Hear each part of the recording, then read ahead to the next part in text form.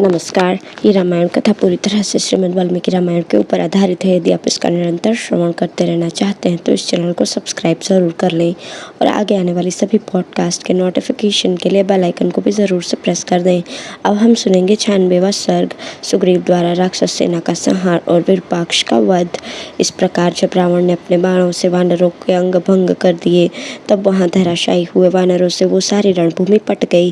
रावण के उस असह्य बाण प्रवाह को वे वानर एक क्षण भी नहीं सह सके, ठीक वैसे ही जैसे पतंग जलती अग्नि का स्पर्श क्षण पर भी नहीं सह सकते हैं। राक्षस राज के तीखे सहायकों की मार से पीड़ित होकर वे वानर उसी प्रकार चीखते चिल्लाते हुए भागे जैसे दावानल की ज्वालाओं से घिर कर जलते हुए हाथी चित्कार करते हुए भागते हैं। जैसे हवा बड़े बड़े बादलों को छिन्न भिन्न कर देती है, उसी प्रकार रावण अपने बाणों से वानर सेनाओं का संहार करता हुआ समरांगण में विचरने लगा। बड़े वेग से वानरों का संहार करके वो असुरराज समरांगण में जूझने के लिए तुरंत ही श्री रामचंद्र जी के पास जा पहुंचा। उधर सुग्रीव ने देखा वानर सैनिक रावण से खदेड़े जाकर समर भूमि से भाग रहे हैं। तब उन्होंने सेना को स्थिर रखने का भार सुषेण को सौंपकर स्वयं शीघ्र ही युद्ध करने का विचार किया। सुषेण को अपने ही समान पराक्रमी वीर समझकर उन्होंने सेना की रक्षा का कार्य उसे सौंपा और स्वयं वृक्ष लेकर शत्रु के सामने प्रस्थान किया। उनके अगल बगल में और पीछे समस्त वानर युद्धपति बड़े बड़े पत्थर और नाना प्रकार के वृक्ष लेकर चले।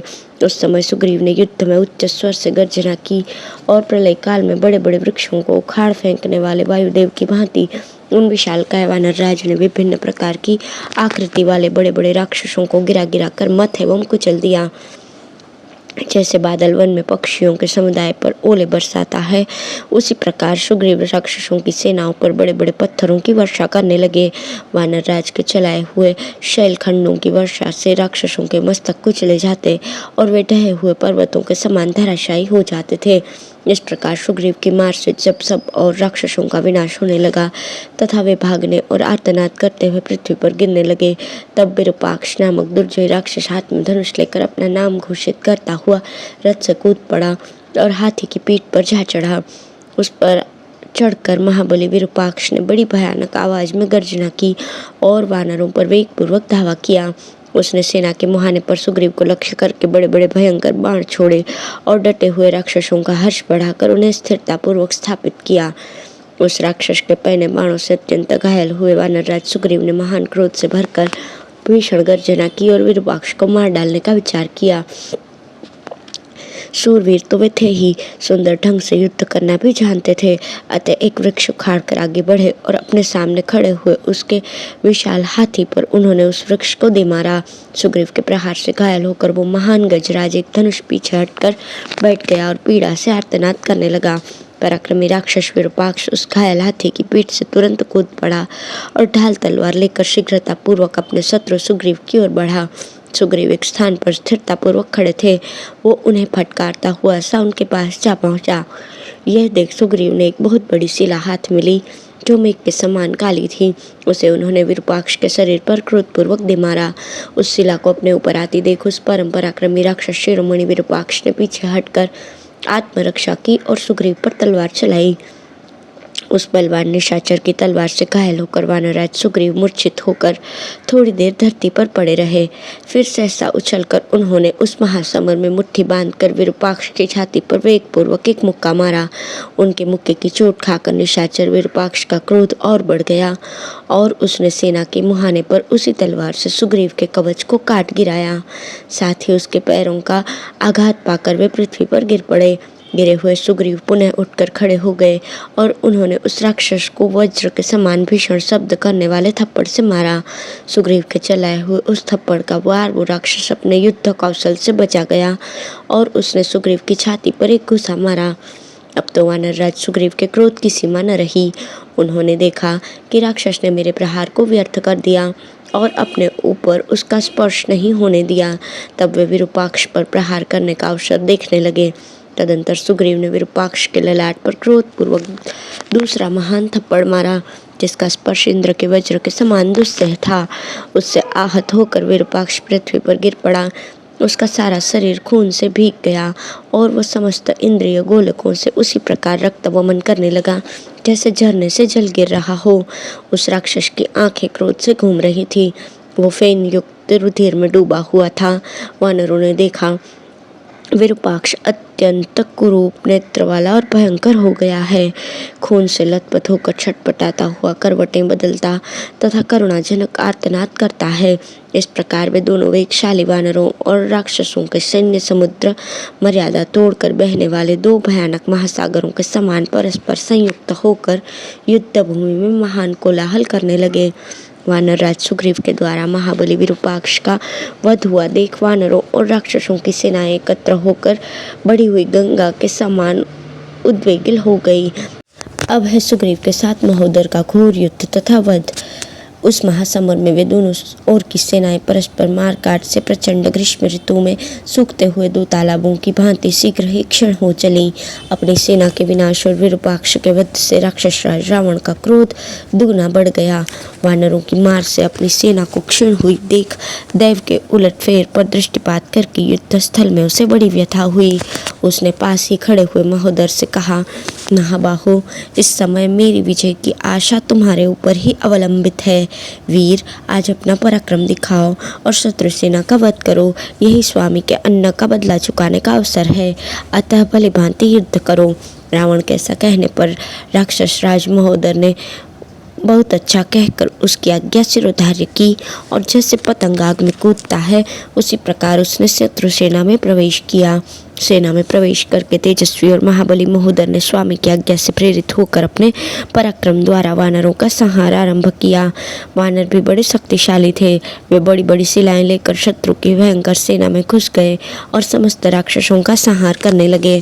महोदर ने अत्यंत कोपित होकर अपने सुवर्ण भूषित बाणों द्वारा उस महायुद्ध में वानरों के हाथ पैर और जांघें काट दी। राक्षसों द्वारा अत्यंत पीड़ित हुए वे सब वानर दसों दिशाओं में भागने लगे। कितने ही सुग्रीव की शरण में गए। वानरों की विशाल सेना को समर भूमि से भागती हुई देखकर सुग्रीव ने पास ही खड़े हुए महोदर पर आक्रमण किया। वानर राज बड़े तेजस्वी थे। उन्होंने पर्वत के समान विशाल एवं भयंकर शिला उठाकर महोदर के वध के लिए उस पर चलाई। उस दुर्जय शिला को सहसा अपने ऊपर आती देखकर भी महोदर के मन में घबराहट नहीं हुई। उसने बाणों द्वारा उसके टुकड़े टुकड़े कर दिए। उस राक्षस के बाण समूहों से कटकर सहस्त्र टुकड़ों में विभक्त हुई वो शिला उस समय आकुल हुए गृध्र समुदाय की भांति पृथ्वी पर गिर पड़ी। उस शिला को विदीर्ण हुई देख सुग्रीव का क्रोध बहुत बढ़ गया। उन्होंने एक शाल का वृक्ष खाड़ कर उस राक्षस के ऊपर फेंका, किंतु राक्षस ने उसके भी कई टुकड़े कर दिए। साथ ही शत्रु सेना का दमन करने वाले उस शूरवीर ने उन्हें अपने बाणों से घायल कर दिया। उसी समय क्रोध से भरे हुए सुग्रीव को वहां पृथ्वी पर पड़ा हुआ एक परीख दिखाई दिया। उस तेजस्वी परीख को घुमाकर सुग्रीव ने महोदर को अपनी फुर्ती दिखाते हुए उस भयानक वेगशाली परीख के द्वारा उस राक्षस के उत्तम घोड़ों को मार दिया। घोड़ों के मारे जाने पर वीर राक्षस महोदर अपने विशाल रथ से कूद पड़ा और अत्यंत रोष से भरकर उसने अपनी गदा उठा ली। एक के हाथ में गदा थी और दूसरे के हाथ में परीख।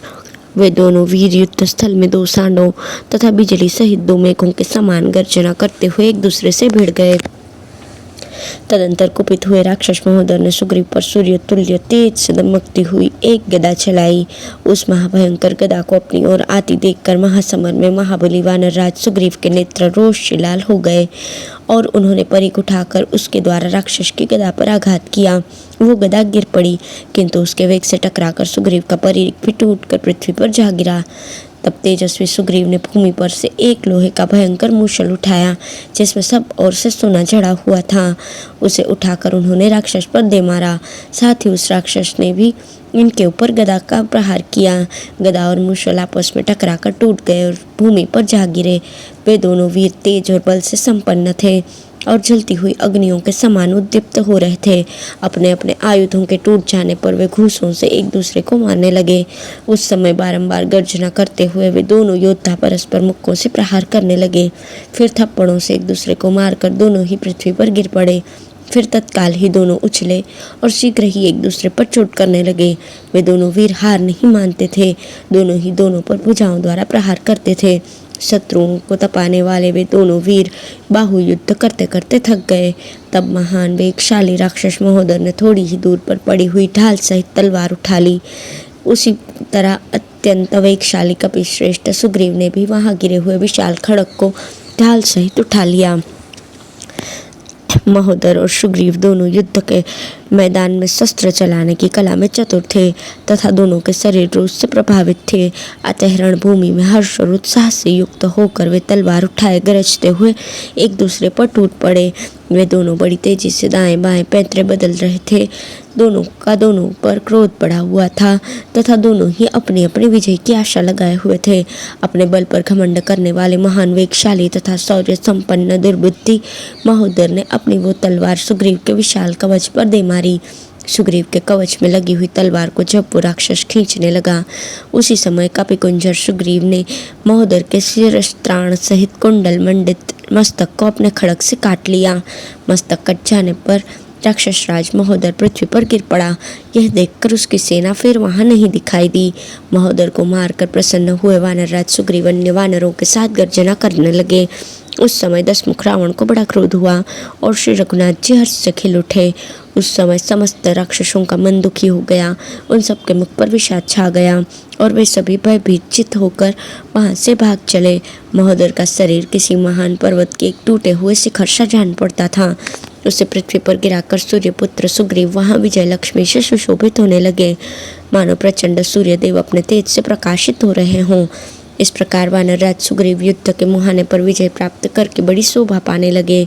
उस समय देवता, सिद्ध और यक्षों के समुदाय तथा भूतल निवासी प्राणियों के समूह भी बड़े हर्ष से उनकी ओर देखने लगे।